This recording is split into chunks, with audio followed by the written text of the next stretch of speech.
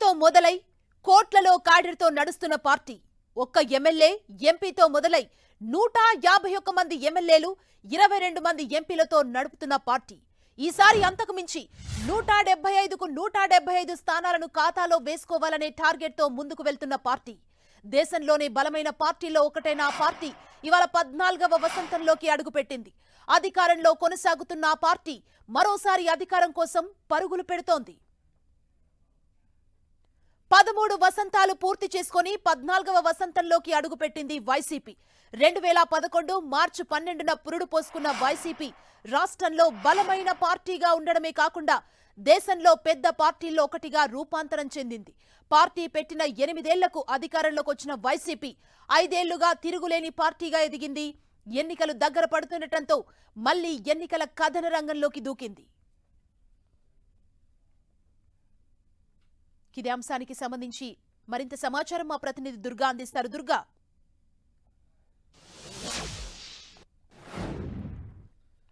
వైఎస్ఆర్సీపీ ఆవిర్భావ దినోత్సవం నేడు 13 వసంతాలు పూర్తి చేసుకుని 14వ వసంతాలకి వైఎస్ఆర్సీపీ అడుగుపెట్టింది. మార్చి 12, 2011లో ప్రారంభమైనటువంటి వైఎస్ఆర్సీపీ పార్టీ అప్పటి నుంచి అనేక ఎదురుదెబ్బలు, అనేక కష్టాలు కూడా ఓర్చుకుని చివరికి 2019 ఎన్నికల్లో విజయం సాధించింది. పార్టీ పెట్టినటువంటి 8 సంవత్సరాల తర్వాత వైఎస్ఆర్సీపీకి విజయం వచ్చింది. అయితే పార్టీ పెట్టినప్పుడు కేవలం ఎంపీ జగన్ అలాగే ఎమ్మెల్యేగా విజయమ్మ మాత్రమే ఉన్నారు. ఇప్పుడు 151 మంది ఎమ్మెల్యేలు అలాగే 22 మంది ఎంపీలు ఉన్నటువంటి బలమైనటువంటి పార్టీగా వైఎస్ఆర్సీపీ ప్రస్తుతం ఉంది. ఇప్పటికే 2019లో అధికారంలోకి వచ్చింది. గత 5 ఏళ్లు కూడా ప్రభుత్వం పాలన కూడా చేసినటువంటి పరిస్థితి. ఇక 2024 ఎన్నికలు కూడా సమీపిస్తున్నాయి. మరొక 2-3 రోజుల్లోనే షెడ్యూల్ కూడా రాబోతుంది. కాబట్టి ఇప్పుడు కొత్తగా ఎన్నికలకు సంబంధించినటువంటి మూడ్లోకి వైఎస్ఆర్సీపీ వెళ్ళినటువంటి పరిస్థితి. ఇక ఎన్నికల నేపథ్యంలో జరుగుతున్నటువంటి ఆవిర్భావ దినోత్సవం కాబట్టి రాష్ట్ర వ్యాప్తంగా పెద్ద ఎత్తున కార్యక్రమాలు చేయాలంటూ కూడా ఇప్పటికే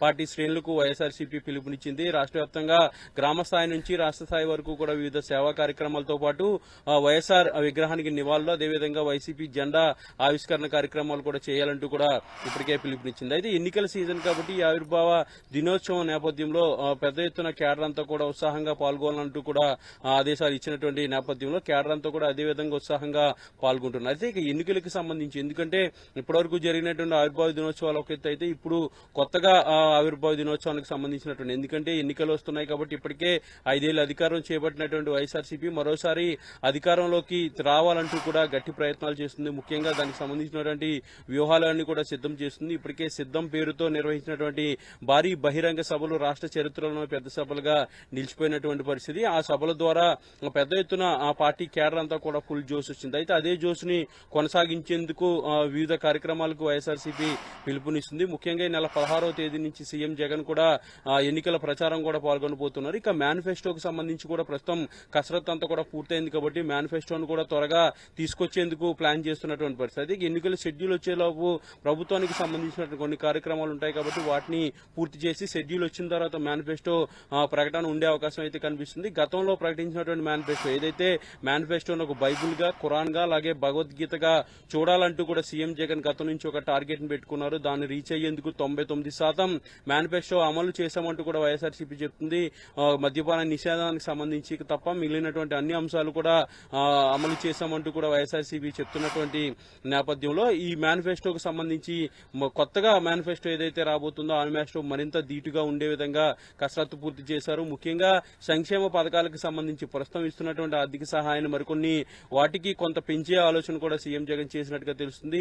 మహిళలు, వృద్ధులకు సంబంధించినటువంటి నిర్ణయాలు కూడా కొన్ని కీలకంగా తీసుకున్నట్టు తెలుస్తుంది. ఇక పింఛన్లకు సంబంధించి 4,000 పెంపుకు సంబంధించి కూడా నిర్ణయం తీసుకున్నట్టుగా మనకి సమాచారం ఉంటుంది. అయితే ఈ నేపథ్యంలో మొత్తం ఈ మేనిఫెస్టో అంశానికి సంబంధించి కసరత్తు అంతా కూడా పూర్తయింది. ఏ పథకాలు పెట్టాలి, గత 5 ఏళ్లుగా పాలన చేసిన తర్వాత ఇప్పటి వరకు అబ్జర్వ్ చేసినటువంటి విషయాలు ఏంటి, ప్రభుత్వం నుంచి ప్రజలకు ఇస్తున్నటువంటి సంక్షేమ పథకాలు మరికొన్ని పెంచాలా, ఏన్ని కొనసాగించాలని దానికి సంబంధించి కూడా కసరత్తు అనేది కూడా పూర్తిగా పూర్తయింది. ఇప్పటికే టీడీపీ, జనసేన, బీజేపీ 3 పార్టీలు కూడా ఉమ్మడిగా మేనిఫెస్టో కసరత్తు కూడా చేస్తున్నాయి. ఇప్పటికే టీడీపీ సూపర్ 6 అంటూ ఆల్రెడీ ప్రకటించింది. ఇక టీడీపీ, జనసేన, బీజేపీకి సంబంధించి కూడా కొన్ని అంశాలు తీసుకుని మేనిఫెస్టో కసరత్తు కూడా నిన్న సుదీర్ఘంగా చర్చలు కూడా జరిపినటువంటి పరిస్థితి. త్వరలో మూడు పార్టీలు కూడా ఉమ్మడి మేనిఫెస్టోను కూడా ప్రకటించబోతున్నాయి. ఈ నేపథ్యంలో వైఎస్ఆర్సీపీ కూడా చాలా ప్రతిష్టాత్మకంగా తీసుకుంది. ఎందుకంటే మేనిఫెస్టోని గతంలో కూడా చాలా ప్రాధాన్యత ఇచ్చింది. ప్రతి కార్యాలయాల్లోనూ, ప్రతి ఆఫీస్లోనూ మేనిఫెస్టో ఉండాలి, 2 పేజీలు చాలా క్లుప్తంగా ఉండాలంటూ కూడా సీఎం జగన్ గతంలో చెప్పారు. అదేవిధంగా